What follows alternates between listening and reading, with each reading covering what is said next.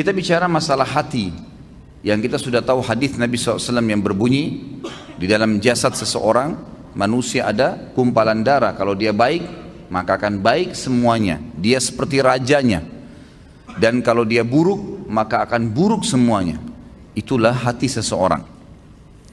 Ulama membahas panjang lebar hadis ini, bahwasanya yang dimaksud dengan hadis ini adalah bagaimana hati yang diisi dengan dosa itu akan merusak seluruh anggota badannya. Seluruh anggota badannya. Jadi kalau misal ada satu saja penyakit hati, apa saja sifatnya, baik itu riya kah, iri dan dengki kah, apa saja, maka dipastikan itu akan merusak anggota tubuh dia. Artinya dari sisi penampilannya pun akan terganggu. Mukanya, paras wajahnya akan berubah. Orang yang biasa iri dan dengki, wajahnya beda dengan orang yang hatinya nggak ada penyakit iri dan dengki. Beda. Memang ada cahaya-cahaya keimanan di situ di wajahnya. Tentu ini bahasanya besar kalau saya ingin bahas juga hubungkan dengan masalah ibadah. Tapi kita cukupkan dengan masalah penyakit hati yang memang dari penyebab anggota tubuh seseorang selalu terjerumus dalam dosa. Efek besar sekali terhadap hati yang diisi dengan kemaksiatan itu akan berpengaruh kepada fisik dia. Dari rambut sampai ke kaki. Subhanallah, pada saat ulama hadis dengan pekahnya menjelaskan kenapa Nabi SAW pada saat meninggal, mohon maaf ini kalau teman-teman yang punya uban, gitu kan? Tapi kita bicara tentang Nabi SAW. Nabi SAW waktu meninggal tidak memiliki uban kecuali 3 lembar. Umurnya 63 tahun. Ini mungkin kalau orang cuma baca sepintas, oh Nabi SAW memang tidak ada ubannya. Tidak ada sesuatu yang penting bagi dia kalau dia tidak kaji lebih dalam. Tapi kalau kita kaji lebih dalam sebagaimana sebagian ulama hadis, mereka mengatakan apa sebabnya Nabi SAW tidak memiliki uban kecuali 3 lembar di umur 63 tahun. Sementara banyak manusia umur 30 tahun, 40 tahun sudah ubanan. Dan secara ilmiah terbukti uban itu datang karena banyaknya beban pikiran. Kalau tidak, maka ada kesalahan teknis dari penggunaan zat-zat ilmiah di rambutnya. Itu mungkin. Jadi kalau kayak sekarang gonta-ganti sampo mungkin atau apa saja itu juga bisa jadi pemicu. Tapi umumnya orang yang selalu beban pikirannya banyak, apalagi kalau berhubungan dengan penyakit hatinya, iri dan dengki, selalu hasut dengan orang, kok bisa ya dia dapat jabatan, kok bisa ya dia punya mobil, kok bisa ya dia punya istri seperti itu, suami seperti itu ubannya luar biasa tuh. Mohon maaf kalau yang punya uban ya. Saya bukan menyinggung. Tapi ini sebuah penelitian ilmiah. Kenapa Nabi SAW seperti itu keadaannya? Gitu kan? Ternyata ada penelitian yang dihubungkan dengan teknologi sekarang. Itu berhubungan sekali. Nabi SAW dikatakan dalam hadis Bukhari oleh Aisyah radhiyallahu anha, Nabi SAW tidak pernah marah. Tidak pernah marah. Kecuali hukum Allah dilanggar. Kalau yang berhubungan dengan urusan dunia, nggak pernah beliau marah. Lebih banyak memaafkan. Memaafkan. Sampai ada seorang sahabat datang mengatakannya, Rasulullah, saya punya kebun nih, pegawai saya banyak. Sering buat salah. Yang kurma disortir salah sortirannya, yang diturunkan tunda waktunya, mestinya harus panen sekian banyak, ditunda besok dan seterusnya. Banyak masalah nih. Berapa kali kami harus maafkan pegawai kami? Apa jawaban Nabi SAW? Maafkan mereka walaupun sampai 70 kali. Bukan keluarkan, pecat. Nabi SAW lebih lari kepada masalah memaafkan. Ternyata orang kalau lebih mendahulukan untuk sudahlah maafin, ya sudah ikhlaskan. Semua berhubungan dengan masalah hatinya ini, itu berpengaruh kepada organ tubuh semuanya. Subhanallah. Ketegangannya gitu kan, stres, semuanya itu akan hilang karena dia pelongkan. Dan saya sudah bilang ikhwah dan akhwat rahimakumullah, dalam agama kita kalau ada seseorang berbuat jahat dengan kita, jangan balas kejahatan dengan kejahatan. Nggak boleh orang gunjing kita balas dengan gunjing. Dia dosa, kita dosa. Dia dihukum, kita dihukum. Sementara saya sudah bahasakan sering di pertemuan kita, dosa itu pasti punya efek jera yang besar.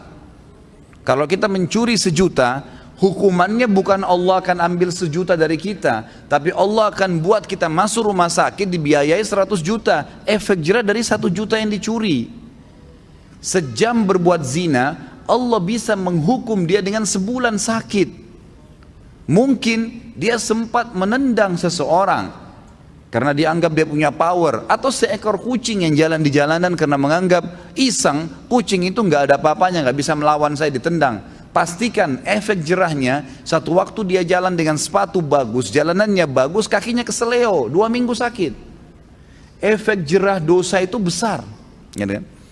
Jadi jangan sampai kita menganggap orang buat dosa itu oke-oke saja. Atau antum pernah punya peluang berbuat dosa, misal satu waktu pernah peluang bisa berzina nih dengan seorang wanita yang antum sangat kagumi, atau seorang akhwat kita punya peluang berzina dengan seorang ikhwah yang dikenal dengan kagumi, lalu kemudian tidak jadi.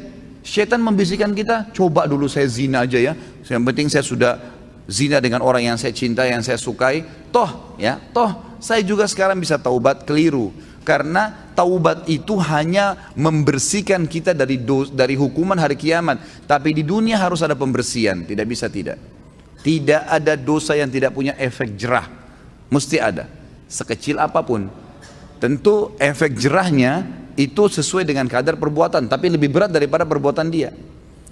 Dosa seperti segelas racun. 1 gelas racun ini sebenarnya secara medis bisa diobati dengan susu. Karena susu minuman yang steril, bisa mengobati racun yang masuk dalam tubuh. Tapi pertanyaannya, apakah 1 gelas racun bisa diobati dengan 1 gelas susu? Jawabannya tidak mungkin. Mungkin membutuhkan sampai 1000 gelas susu. Artinya efek jerahnya besar. Efek jerahnya besar. Maka kata kunci dalam hati seseorang. Makanya kata para ulama, bisikan syaitan agar seseorang terjerumus dalam dosa dimulai dalam hatinya. Selalu hati yang terbisik. Bukan di kuping kita, bukan di luar, di dalam hati. Tuh lihat tuh begitu tuh coba aja, tuh nggak apa-apa. Dalam hati bisikannya.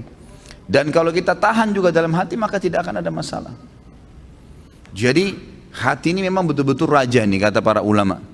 Nabi SAW pernah kedatangan seorang laki-laki dalam hadis Bukhari, ya Rasulullah, wasiatkan saya. Nabi SAW tahu orang ini emosional. Kata Nabi, jangan kamu marah. Marah itu penyakit hati loh ya, di hati. Tapi dia teraplikasikan nanti dengan gerakan tangan, ekspresi wajah. Tapi dia dari hati tuh. Nabi SAW ingatkan, jangan kau marah, hatimu tidak boleh. Apalagi ya Rasulullah, jangan kamu marah.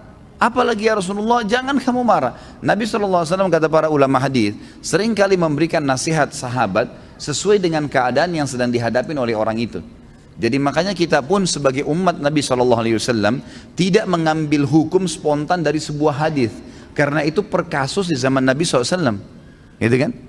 Jadi bisa saja sahabat ini pernah seperti ada sahabat yang datang mengatakannya, Rasulullah, anak muda nih, dalam hadis Bukhari juga, saya siap tinggalkan semua dosa, semua yang Allah larang saya tinggalkan, semua yang Anda larang saya tinggalkan, kecuali satu, izinkan saya berzina. Ini kasus lain lagi. Kata Nabi SAW, apa kau ridha kalau ibumu dizinai? Dia bilang tidak. Saudarimu? Tidak. Istrimu? Tidak. Tantemu? Tidak. Anakmu? Tidak. Lalu kenapa kau ridha untuk dilakukan pada orang lain? Di sini Nabi SAW mengobati keadaan para sahabat yang sedang bertanya sesuai dengan kasus yang sedang dihadapin, gitu kan? Ini poin lainnya. Kita kembali kepada poin bahasan kita. Bagaimana Nabi SAW tidak tadi sampai beruban, kecuali hanya 3 lembar di umur 63 tahun, karena luar biasa dalam pengontrolan hati beliau. Tidak mudah marah, kecuali hukum Allah. Lebih banyak memaafkan, gitu kan? Dan saya sudah bilang tadi, ikhwan dan akhwat sekalian, ingat, jangan keburukan dibalas dengan keburukan. Orang fitnah, biarin dia fitnah sampai dia capek. Jangan dibalas dengan fitnah. Lalu apa yang saya harus lakukan, Ustadz? Maafkan. Masa sih Ustadz? Maafkan. Enak benar dia Ustadz? Maafkan. Nggak ada kata lain, jawabannya cuma itu. Maafin. Baik. Lalu dia bagaimana? Sudah enak-enak berbuat fitnah saya, sebarin saya. Allah ada. Allah subhanahu wa ta'ala itu kita yakini sebagai orang beriman, Sami', maha mendengar, Basir, maha melihat, Alim, maha mengetahui. Nggak usah khawatir, hukum yang telah Allah turunkan, setiap orang yang berbuat dosa pada Allah, dia kalau tobat Allah ampuni. Tapi kalau dosa berhubungan dengan hak makhluk, manusia, maka dia harus tobat kepada Allah dan meminta maaf kepada manusia yang dia buat salah, gunjing, fitnah, mencuri, merusak nama baik. Jadi kalau kita begitu difitnah, langsung awalnya kita maafin, udah deh saya maafin. Allah mengatakan wal afina anin nas, hati kita steril kembali tuh. Kita mendapatkan pahala karena menjalankan perintah Allah dan Rasulnya, gitu kan? Dan dia selama dia dalam hukum Allah yang kita yakini, dia selama tidak minta maaf dengan kita, hukuman Allah tetap datang pada dia. Gak usah khawatir, gitu kan? Apa yang kita mesti khawatirkan? Toh dia akan dihukum sama Allah kok.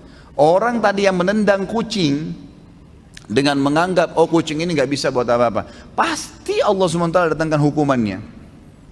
Jadi kalau antum tiba-tiba jalan baik-baik saja, sepatunya baru, jalannya bagus, tiba-tiba keseleo, coba muhasabah tuh. Biasanya kata ulama, Allah subhanahu wa ta'ala pada saat mendatangkan sebuah hukuman kepada seorang hamba, itu Allah lintaskan di benak dia dosa yang dia lakukan.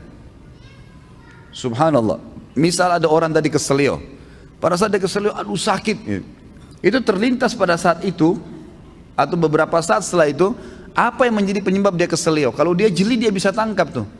Oh ternyata dulu pernah ada orang yang saya tendang nih, pernah mencuri sepatu, pernah apalah gitu kan, pelaku-pelaku yang dilakukan, maka datang hukuman tersebut. Orang kalau masuk rumah sakit tiba-tiba kemudian dirawat di rumah sakit selama 3 hari harus dirawat, demam berdarah atau penyakit apa saja, ya. Kemudian dia pada saat sakit pastikan kalau dia peka, kalau dia kembali kepada Allah, dia bermuhasabah, ya Allah ini apa penyebab dosa saya bertobat sama kamu kalau seandainya ada perbuatan salah, itu pasti terlintas di benaknya apa penyebabnya tuh. Misal tiba-tiba dia teringat, oh dulu pernah dia minum khamar, oh dulu pernah dia buat sesuatu yang haram, terlintas tuh istighfar kepada Allah, gitu kan. Seperti itu. Jadi hati memang betul-betul dikatakan sini mahkota.